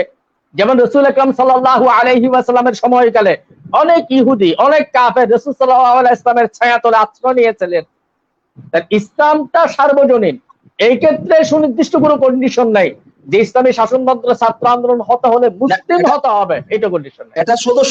এটা সদস্য হওয়ার ক্ষেত্রে ঠিক আছে, এটা সদস্য হওয়ার ক্ষেত্রে আপনারা যা বলছেন ঠিক আছে, কিন্তু এর উপরে বা আরেকটু দায়িত্ব পালনের ক্ষেত্রেও যদি আরেকটু সহজ করা হয়, তাহলে আমার মনে হয় বিষয়টা আলোচনা হচ্ছে সমাজে, আমাদের সোসাইটির মধ্যে এটা একটা কথা চলতেছে যে দায়িত্ব পালনের ক্ষেত্রেও যদি আরেকটু ছাড় দেওয়া হয়, তাহলে দলটা আরো বেশি একটু পপুলারিটি হবে কিনা, বা এই মন মানসিকতা দলের আছে না। আসলে বিষয়টা হলো নেতৃত্বের বিষয়টা। নেতৃত্ব দেওয়ার জন্য আমি যে জনগোষ্ঠীর উপর নেতৃত্ব দেব, যেহেতু একটা ইসলামী সংগঠন, জনগোষ্ঠীর উপর নেতৃত্ব দেব। তৃণমূল পর্যায়ে থাকতে পারে, কিন্তু সেন্ট্রাল পর্যায়ে বা জেলা পর্যায়ে যদি একেবারে যদি আমরা ইসলামের মৌলিক শিআর যেগুলো আছে, ইসলামের যে সুনির্দিষ্ট যে নির্দেশনাগুলো আছে, যেগুলোর ব্যাপারে শরীয়তের সুস্পষ্ট বক্তব্য আছে, যেমন সাকিব ভাই, আমি এখানে না, সাকিব ভাই আমি যদি এখানে আপনাকে স্পেসিফিক একটা প্রশ্ন করি, আপনারা যদি নারী বিষয়ক সম্পাদিকা রাখতে পারেন, আমার একটা কথা রাখেন, নারী বিষয়ক একটা সম্পাদিকা রাখলেন আপনি, না আমাদের মহিলাকে দায়িত্বটা দিলেন, না রাখেন না, মহিলাকে একটা দায়িত্ব দিলেন। আপনার ঢাকা বিশ্ববিদ্যালয়ে আমরা দেখেছি মেয়েরা আপনাদের সাথে মিছিল করেছে, হেঁটেছে, যে যাই বলুক এটা আমরা ওয়েলকাম করি। এই যে একটা সাইড আছে, আপনি নারীকে রাজনীতিতে সরাসরি আনবেন না, নেতৃত্বে আনবেন না, কিন্তু নারী বিষয়ক বিষয়ে একটা নারীকে যেমন আপনি অনুমতি দিচ্ছেন, ঠিক তেমনি সংখ্যালঘু বিষয়ক কিংবা অর্থনীতি বিষয়ক কিংবা বিজ্ঞান বিষয়ক যে সমস্ত বিষয়গুলোর সাথে ইসলামের সম্পর্ক নাই, ওই সমস্ত বিষয়ের নেতৃত্বে যদি আপনি অবয়বের ক্ষেত্রে একটু ছাড় দেন, তাহলে সমস্যাটা কোথায়? আমি তো বলছি, যেমন আমাদের নেতৃত্বের ক্ষেত্রে যেখানে অন্তত শরীয়তের সুনির্দিষ্ট আমাদের এই বাধ্যবাধকতা আছে, সেটাকে আমরা অ্যাভয়েড করতে পারি না। আপনি যেটা বলছেন এই নারী বিষয়ক ইত্যাদির জন্য, সেখানে তো আমরা শুধু পুরুষকে না, ইসলামী আন্দোলন বাংলাদেশ একেবারে কেন্দ্রীয় ভাবে নারীদের আলাদা ফোরাম আছে। জেলা পর্যায়ে আমাদের মহিলা ইউনিট আছে, থানা পর্যায়ে মহিলা ইউনিট আছে, এই কার্যক্রমগুলো আমাদের আছে। হ্যাঁ, মহিলাদের যেহেতু কার্যক্রম, সেহেতু আমরা সেটাকে অভ্যন্তরীণ রেখেছি, ঘরে তালিম ইত্যাদির ব্যবস্থা রেখেছি, সেটা আমরা রাজপথে তাদেরকে আনি না, কিন্তু আমাদের কার্যক্রম আছে। এই ক্ষেত্রে হয়তো হ্যাঁ, সেটাই বলছি, নেতৃত্বের ক্ষেত্রে সেটাই বলছি, সেটাই বলছি। আমাদের আপনারা তো ওখানে অনুমতি দিচ্ছেন, আপনারা তো ওখানে অনুমতি দিচ্ছেন, তাহলে জি। আপনি এখানে অনুমতি দিবেন না কেন? আগে একটা ছেলে হয়তো দাঁড়িয়ে রাখে নাই কোনো কারণে, তাকে আপনি ধর্মীয় বিষয় বাদ দিয়ে অন্যান্য সেক্টরে তাকে নেতৃত্ব দেবেন না কেন? আলহামদুলিল্লাহ, অন্যান্য সেক্টরে দায়িত্ব পালনের জন্য এরকম অনেক ছেলে আছে যারা কাজ করছে, বিভিন্ন সেক্টরে হ্যাঁ, কাজ এটাই করছে, বলেন, আমরা সেটাই চাচ্ছি। আমরা আপনার মুখ বিভিন্ন থেকে সেটা সেক্টরে বের কাজ করতে করছে। চাচ্ছি। যেমন যেমন আমি বলি, আমাদের মারুফ ভাই হলেন দাওয়া বিষয়ক সম্পাদক, সহকারী দাওয়া ও প্রচার সম্পাদক। তার নেতৃত্বে আমাদের একটা সাব কমিটি আছে, যারা অন্তত এই দাওয়াতের সেক্টরে কঠিন ভাবে আলহামদুলিল্লাহ কাজ করছে। এই দাওয়াতের সেক্টরে যারা কাজ করছে, এদেরকে একেবারে বাধ্যতামূলক এরকম পাগড়ি পড়তে হবে, দাড়ি রাখতে হবে, এরকম বাইন্ডেজ কেন্দ্র দেয় নাই। তাদের মাধ্যমে খেদমত আমরা ইসলামের নেব। একজন উত্তম কান্তি দাসের কাছ থেকেও আমরা ইসলামের খেদমত দেব, ঠিক ইসলামের আছে সাপোর্ট নেব, সাকিব ভাই, আমি আপনার সংগঠনের কাছে, অগ্রযাত্রার ক্ষেত্রে সহযোগিতা নেব। ওকে ওকে সাকিব ভাই, এক্ষেত্রে আমি কোনো আপনার কাছে সমস্যা আবারও নেই। আসছি। হ্যাঁ, ওকে, আমি সাকিব আপনার কাছে আবারও আসছি। আরো কিছু হট বিষয় আছে, কিছু জানার মতো বিষয় আছে। আমি মারুফ ভাইয়ের কাছে ঠিক একই বিষয়টা সম্পর্কে একটু জানতে চাইবো। তারপরে যে বিষয়টা আপনি বলবেন সেটা হচ্ছে, ক্যাম্পাসে রাজনীতি করতে গেলে আমরা দেখেছি বাংলাদেশের রাজনৈতিক ট্রেন্ড অনুযায়ী ক্যাম্পাসের রাজনীতি একটা সন্ত্রাস নির্ভর রাজনীতি। আপনি যত ভালোভাবে রাজনীতিতে আগাবার চেষ্টা করেন না কেন, আপনি সন্ত্রাসের মুখোমুখি হবেন। যেমন আমরা দেখেছি ঈশা ছাত্র আন্দোলন যখন শাহবাগ মোড়ে মিছিল করতেছিল বা সমাবেশ করতেছিল, ওখানে উস্কানিমূলক একটা সংগঠন ওখানে উস্কানিমূলক ভাবে আপনার আক্রমণ করা বা উত্ত্যক্ত করার চেষ্টা করা হয়েছে।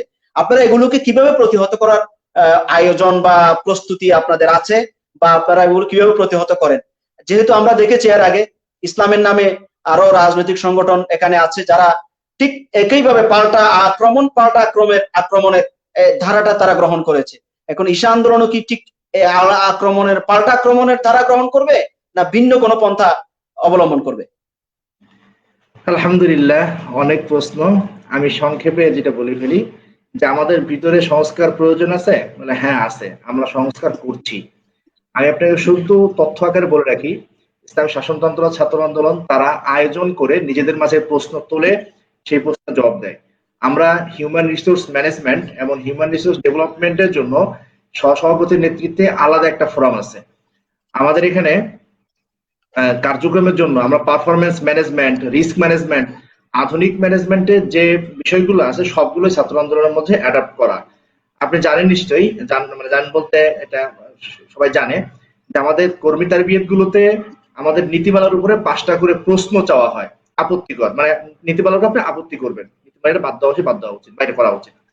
তো আমরা প্রতিনিয়ত নিজেদের মধ্যে প্রশ্নর মুখোমুখি হই। আমি গতকালকে বলছিলাম, আমরা প্রতিনিয়ত নিজেদেরকে চাবুক মারি, সমালোচনার চাবুক।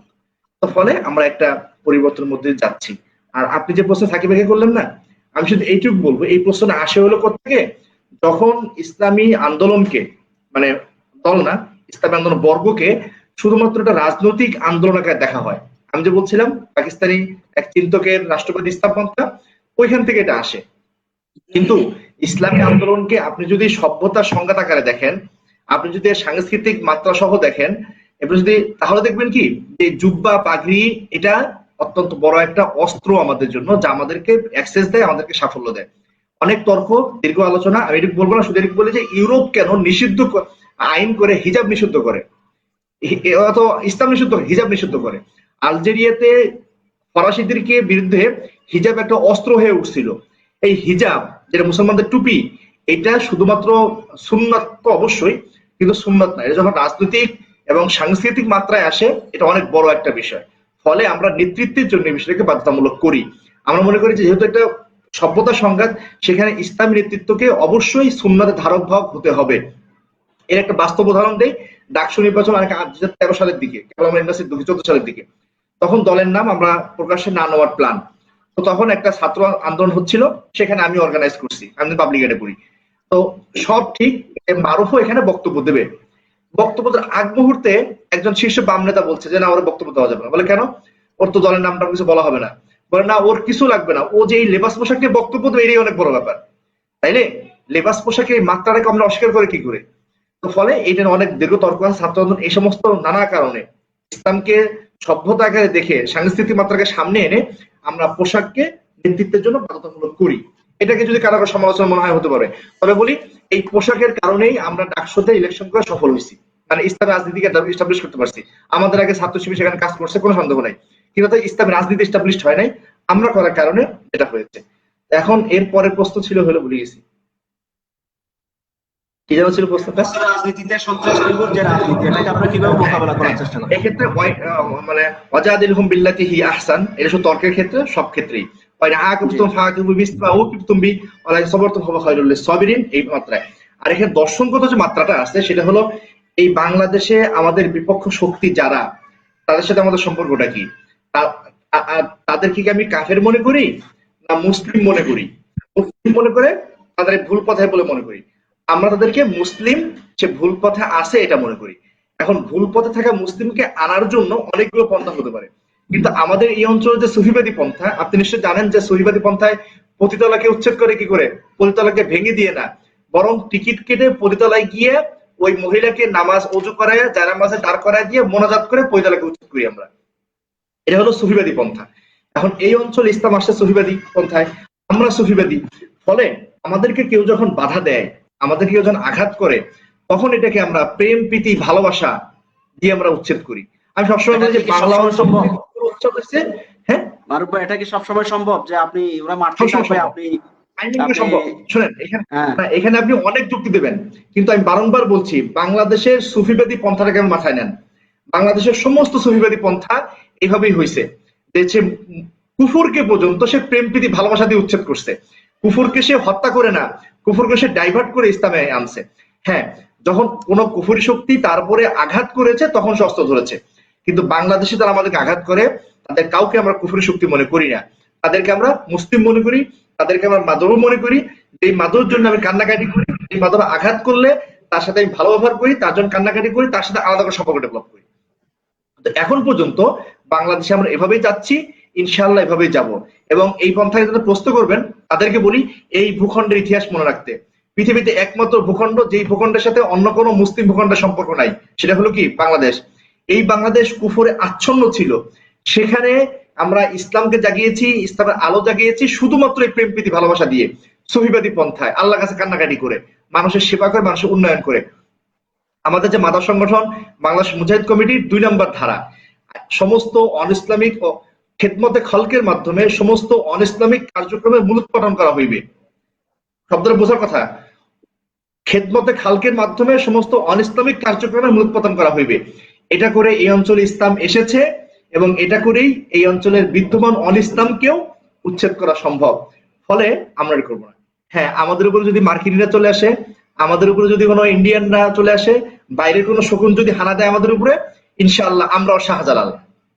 একই সাথে জিকির, একই সাথে তরবারি, কিন্তু সেই তরবারি কোনো আব্দুর রহিমের উপর উঠবে না, সেই তরবারি কোনো শেখ হাসিনার উপর উঠবে না ইনশাআল্লাহ, সেই তরবারি উঠবে হলো কোনো মার্কিন কাফেরের উপরে। এটা মনে রাখা দরকার। ফলে এই সুফিবাদী ইসলাম পন্থা এটা বোঝা দরকার এবং সে পন্থা আমরা আগাচ্ছি। কথা বলবো আসলে বোঝা গেল কিনা, সাকিবে কারেকশন দিবেন।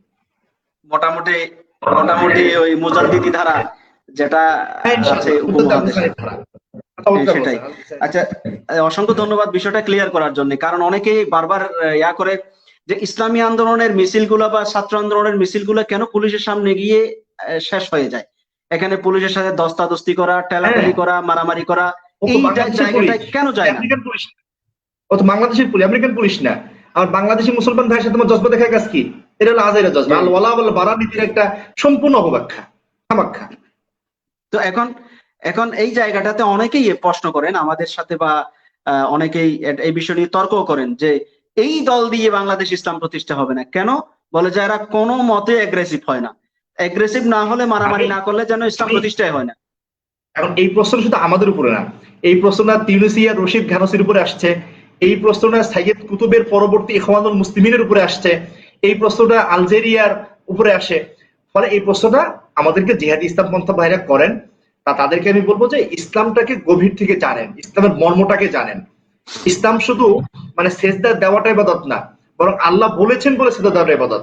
তো মেজাজে শরিয়া, মাকাসাদে শরিয়া, এই বিষয়টা যদি ধারণ না করা যায়, তাহলে ইসলামকে দেখা যাবে যে ওই যে কি বলে এটাকে কমিউনিজমের মতো ইসলামকে মনে হবে। ইসলাম তো কমিউনিজম না, আমাদের একটা মাকাসিদে শরিয়া আছে, একটা মেজাজে শরিয়া আছে। রাসূলুল্লাহ সাল্লাল্লাহু আলাইহি সাল্লাম কোন কাফেরের উপরে তিনি হাত তুলছেন এবং কোন পর্যায়ে গিয়ে তিনি কাফেরের উপর হাত তুলছেন, আমরা সব সময় প্রেম প্রীতি ভালোবাসা দিয়ে আনছি। আমাদের নবীদের ইতিহাস, মুসা আলাইহিস সালামের ইতিহাস, ফেরাউনের সাথে তো অনেক কথা আপনারা সবাই জানেন। তাই বলবো যে মাকাসিদে শরিয়া এবং মেজাজে শরিয়া, এই মেজাজে শরিয়া যদি ধারণ না হয় তাহলে ওই আরবের যে পন্থা বাংলাদেশে একই পন্থা অ্যাপ্লাই করে। আরবে এটা বাংলাদেশের কমিউনিস্ট পার্টি করছে, মস্কোতে ঝড় হইলে বাংলাদেশে ছাতা ধরছে, ফলে কি হয়েছে, কমিউনিস্ট পার্টি হারাই গেছে।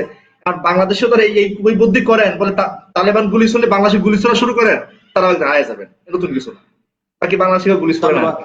এখানে আরেকটা বিষয়, যার কারণে এই যে প্র্যাকটিসটা না থাকার কারণে, এই যে মেজাজটা না থাকার কারণে, এটাকে অবব্যাখ্যা করার কারণে আমরা দেখেছি দুপক্ষেই রাইফেল নিয়ে দৌড়াদৌড়ি দেখেছি, আমরা অস্ত্র নিয়ে ঝনঝনানি দেখেছি বিভিন্ন ক্যাম্পাসে, এবং দুপক্ষেই মরতে দেখেছি। কেউ শহীদ হয়েছেন, কেউ বলছেন যে সে মরে গেছে, কেউ মরেছে, কেউ শহীদ হয়েছে। কিন্তু আসলে ব্যাখ্যাটা কি এরকম এরকম না, আসলে যতটুকু আমার ধারণা। তাদেরকে আমি প্রশ্ন করতে চাই না, একটা মানুষ মারা গেছেন, আমি দোয়া করি আল্লাহ তাআলা শহীদের মর্যাদা পাক, এবং তার ব্যাখ্যাটাকে খারিজ করতে চাই না। কারণ ইসলামের ব্যাখ্যা তো অনেক রকম হয়, তিনি যে ব্যাখ্যা করেছেন সেটা হতে পারে সফল, হতে পারে তিনি শহীদ, বাইনাকা বাইনাল্লাহ বাইনাহু বাইনাল্লাহ হতে পারে, এবং সে হোক, এটা চাওয়া। কিন্তু আমরা মনে করি বাংলাদেশের প্রেক্ষাপটে এই সুফিবাদ ইসলাম পন্থা, মুজাদ্দিদ ইসলাম পন্থা, প্রেম প্রীতি ভালোবাসা ইসলাম পন্থা, এটা সত্যি কার্যকর। তাদেরকে আমি ভুল বলি না আসলে। ধন্যবাদ সাকিব ভাই। এখন আমরা একেবারে শেষের দিকে চলে আসছি, প্রায় 1 ঘন্টার বেশি হয়ে গেছে অনুষ্ঠান, আমরা শেষ করব। আপনার কাছে আমার সর্বশেষ প্রশ্ন যেটা, ইসলামী শাসনতন্ত্র ছাত্র আন্দোলন বর্তমান যে কার্যক্রম করোনাকালীন বা অন্যান্য, আপনি শুরুতে কিছুটা ধারণা দিয়েছেন, তাদের এই যে কাজগুলো, এগুলো যেভাবে সারা বাংলাদেশে তারা করছে, তারা প্রশংসিত হয়েছেন অনেক ক্ষেত্রে, যদিও মিডিয়া পুরোপুরি কভারেজ দেয়নি। কিন্তু আমরা যে বিষয়টা একটু ফোকাস করতে চাইবো সেটা হচ্ছে শিক্ষা প্রতিষ্ঠানগুলো যে বন্ধ রয়েছে বর্তমানে, এক্ষেত্রে ঈশা ছাত্র আন্দোলনের ভূমিকা কি হওয়া উচিত, এবং ভবিষ্যতে আর্লি টাইম এই সময়ের মধ্যে কি ধরনের পদক্ষেপ তাদের নেওয়া উচিত বলে মনে করেন? আলহামদুলিল্লাহ, আসলে আমাদের জন্য খুবই দুর্ভাগ্যের বিষয়, সেটা হলো এই করোনার সংকটে দীর্ঘদিন ধরে শিক্ষা প্রতিষ্ঠান বন্ধ। শিক্ষা প্রতিষ্ঠান বন্ধ থাকলো, ইসলামী শাসনতন্ত্র ছাত্র আন্দোলন হলো ভ্রাম্যমাণ বিশ্ববিদ্যালয়। ইসলামী শাসনতন্ত্র ছাত্র আন্দোলনের শিক্ষা কার্যক্রমটা গোছালো পরিকল্পিতভাবে আলহামদুলিল্লাহ চলমান আছে। তাদের তারবিয়তি কার্যক্রম চলমান আছে, তাদের নিয়মতান্ত্রিক সাংগঠনিক কার্যক্রম চলমান আছে, দাওয়াতি কার্যক্রম চলমান আছে, শিক্ষা বৈঠক চলমান আছে। হ্যাঁ, এই ক্ষেত্রে জাতীয় শিক্ষা সচল হওয়ার জন্য, প্রত্যেকটা প্রতিষ্ঠান খুলে দেওয়ার জন্য আলহামদুলিল্লাহ বাংলাদেশে অন্যান্য ছাত্র সংগঠন মাঠে নামছে কিনা জানি না, আমার চোখে পড়ে নাই, কিন্তু ছাত্র আন্দোলন বেশ কয়েকবার মাঠে অবস্থান নিয়েছে, জাতির কাছে আহ্বান করেছে, সরকারের কাছে আহ্বান করেছে, মানববন্ধন করেছে, তৃণমূল পর্যায়ে তারা চেষ্টা অব্যাহত রেখেছে, যাতে অন্তত নিরাপত্তা এবং শারীরিক দূরত্ব এবং করোনার সকল শর্তাবলীকে সামনে রেখে সীমিত পরিসরে হলো অথবা শিফট করে হলো প্রতিষ্ঠান খুলে দেওয়ার দাবি ছাত্র আন্দোলন বরাবরই শুরু থেকে জানিয়ে আসছে। এই জন্য আলহামদুলিল্লাহ এক্ষেত্রে ছাত্র আন্দোলন সরব আছে, ভূমিকা রেখেছে। সাথে সাথে আমরা শিক্ষা প্রতিষ্ঠান বন্ধ তাই বলে ছাত্র আন্দোলনের সাথে সম্পৃক্ত যে জনগোষ্ঠী আছে, এই জনগোষ্ঠী আলহামদুলিল্লাহ তাদের শিক্ষা কার্যক্রমটা বরাবরই সচল রেখেছে। তাদের শিক্ষা বৈঠকগুলো সচল ছিল, তার নানান কর্মশালাগুলো সচল ছিল, তার বিয়েতে কার্যক্রমগুলো সচল ছিল। প্রতিষ্ঠান কেন্দ্রিক যে ছাত্রগুলো থাকে তাদেরকে টার্গেট করে অন্তত নেটওয়ার্কের মধ্যে নিয়ে আসা, জনশক্তি কার্যক্রমটা গোছালোভাবে পরিকল্পনা চালানো, এই ক্ষেত্রে আলহামদুলিল্লাহ ছাত্র আন্দোলন চালিয়ে আসছে। স্কুল, কলেজ, অন্যান্য শিক্ষা প্রতিষ্ঠান, কওমি মাদ্রাসা, সব মাদ্রাসাগুলো, প্রতিষ্ঠানগুলো খুলে দেওয়ার জন্য ছাত্র আন্দোলন অগ্রণী ভূমিকা পালন করেছে, যেটা আমি অন্যান্য ছাত্র সংগঠনের দেখিনি। ধন্যবাদ। সর্বশেষ প্রশ্ন শেখ ফজলুল করিম মারুফ ভাইকে। বর্তমান আপনি সাবেক কেন্দ্রীয় সভাপতি হিসেবে যারা বর্তমানে দায়িত্ব পালন করছেন ইসলামী শাসনতন্ত্র ছাত্র আন্দোলনের, তাদের জন্য আপনার কি মেসেজ থাকবে, এবং জাতির প্রতি ছাত্র আন্দোলন সম্পর্কে আপনার কি মেসেজ যদি বলতেন? আচ্ছা, তার আগে একটু 1 মিনিট সময় দেন। ওই যে আগের কথাটাতে, এটা তো বিস্তৃত আলাপ, এই আলাপ আসলে তোলাটাই মানে আমি আসলে ভয় পাই, তারপরে আমি সাহস করে তুলে ফেলি। তো এখানে যেটা আমরা মানে বাংলাদেশের কোন মুসলিমকে আমরা খারিজি মিনাল ইসলাম ধরি না, ফলে তাদের সাথে আমরা কঠোর আচরণ করি না। মুহাম্মদুর রাসূলুল্লাহ আল্লাযীনা মাআহু আশিদ্দাউ আলাল কুফার রুহামাউ বাইনাহুম, আমরা দেশে রুহামা বলি, রুহামা মানে তাদের সাথে রহম দিলে আচরণ করি। ফলে বাংলাদেশে সেটা আওয়ামী লীগ হোক, বিএনপি হোক বা কমিউনিস্ট পার্টি হোক, কারো বিরুদ্ধে আমরা শক্ত আচরণ করি না। এটা এখন তালেবানের শক্ত আচরণ, সেটা কি ঠিক আছে কি ঠিক, সেটা তাদের জায়গায় ঠিক আছে, কিন্তু সেটা বাংলাদেশের জন্য অ্যাপ্লিকেবল না বলে আমরা মনে করি। এটা আইনি বিস্তার হতে পারে আর কি। আর যাই হোক, আর ছাত্র আন্দোলনের ভাইদেরকে বলবো ওরা আসলে কাজ করছে নিয়মিতই, কিন্তু আমি একটা জিনিস খুব ভয় পাই, সেটা হলো যে এই যুগ তো খুব ভয়ঙ্কর যুগ, পেগাসাসের যুগ। পেগাসাস তো নিশ্চয়ই জানেন, যেটা আগে আমাদের বাংলাদেশে আমরা জুতা পড়তাম, সেটা এখন মোবাইলে চলে আসছে। এরকম পেগাসাস তো একটা না, লক্ষ লক্ষ। সবসময় মুসলিমদেরকে আঘাত করার জন্য, আপনি জানেন যে ইসলাম কিতাব এবং রিজাল দিয়ে চলে। কিতাবুল্লাহ আসে আল্লাহর পক্ষ থেকে, রিজাল সেটা বাস্তবায়ন করে। এখন যদি রিজালকে কলঙ্কিত করে দেওয়া যায়, তাহলে কিতাবুল্লাহ বাস্তবায়নটা থমকে যায়। এখন ইসলামের যুগে যুগেই এরকম রিজালদেরকে কলঙ্কিত করার একটা প্রচেষ্টা হয়েছে। এখন ইসলামী শাসনতন্ত্র ছাত্র আন্দোলন যেটা উদীয়মান সংগঠন, তার সামাজিক নেতৃত্ব তৈরি করছে এবং সমাজের বিভিন্ন ক্ষেত্রে, যেমন ধরেন বাংলাদেশে ইসলামী সঙ্গীত বলতে যায়, সেটা পুরো আমাদের হাতে, মানে আমাদের হাতে বলতে শাসনতন্ত্র ছাত্র আন্দোলনের মাধ্যমে। এবং ক্যালিগ্রাফি এবং ইসলামিক ডিজাইন, গ্রাফিক্স ডিজাইন, এটাও এরকম বহু ক্ষেত্রে ছাত্র নেতৃত্ব দিচ্ছে। ফলে ছাত্র আন্দোলনের রিজাল্টদেরকে কলঙ্কিত করার জন্য অনেক রকম প্রচেষ্টা হবে। সেজন্য সামগ্রিকভাবে সারা দেশের সকল ভাইদেরকে আমি বলবো এই জিনিসটাতে খুব বেশি সতর্ক থাকা চাই।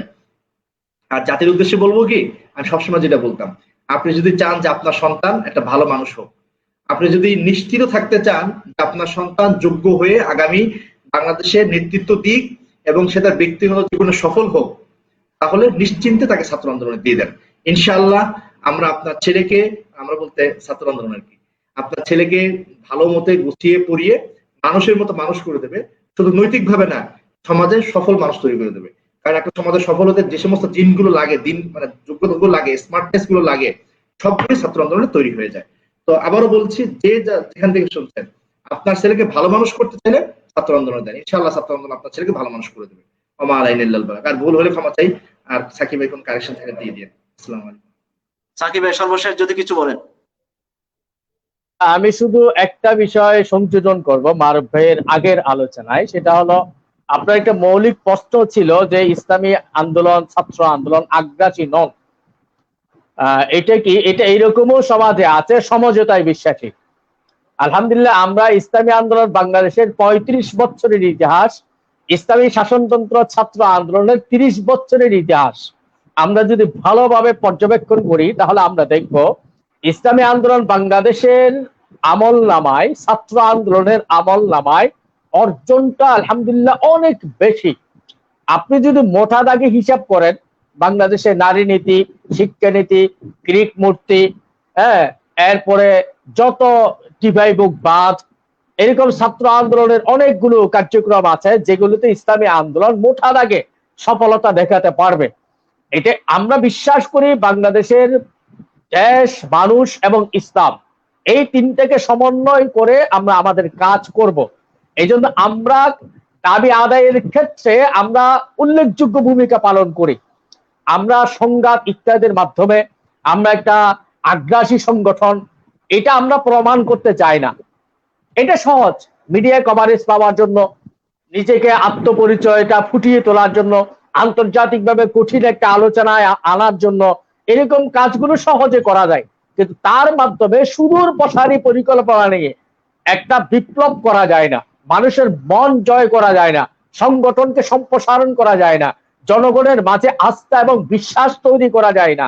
এই জন্য ইসলামী আন্দোলন বাংলাদেশ এই ইস্যুভিত্তিক কোনো কাজ করেন না, অথবা 1 বছর, 2 বছর, 5 বছর, 10 বছরের প্ল্যান নিয়ে ইসলামী আন্দোলন, ছাত্র আন্দোলন মাঠে ময়দানে রাজনীতি করছে না।